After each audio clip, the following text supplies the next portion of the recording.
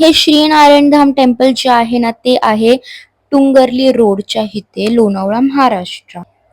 पूर्ण 1 तासानंतर आम्ही फायनली आलेलो आहे श्री नारायणधाम टेम्पलला. तर सगळ्यात पहिले तर आम्ही तिकडे पार्क केली गाडी आणि आता आम्ही जाणार आहोत आतमध्ये. पहिलं तर इथं पोहोचल्यावरच मला एवढं पॉझिटिव्ह वाटलं ना. हे मंदिर बाहेरूनच केवढं सुंदर दिसतं, एकदम असं पिंक कलर दिलेला आहे त्याला. तर आता तर आपण आतमध्ये जाऊया आणि मी तुम्हाला आतमध्ये पूर्ण मंदिर दाखवणार आहे. तर चला, सगळ्यात पहिलं तर इथनं आपल्याला एंट्री असणार आहे आतमध्ये जायला. तर इथं एंट्री केल्यानंतर पहिलं तर इथं आहे ना असे फोटोज लावले. इथं सगळ्यात पहिलं होतं इथं बालकृष्णाचा फोटो आणि साईडला होता राधाकृष्ण आणि त्याच्या साईडला होतं श्री सालासर बालाजीचा फोटो.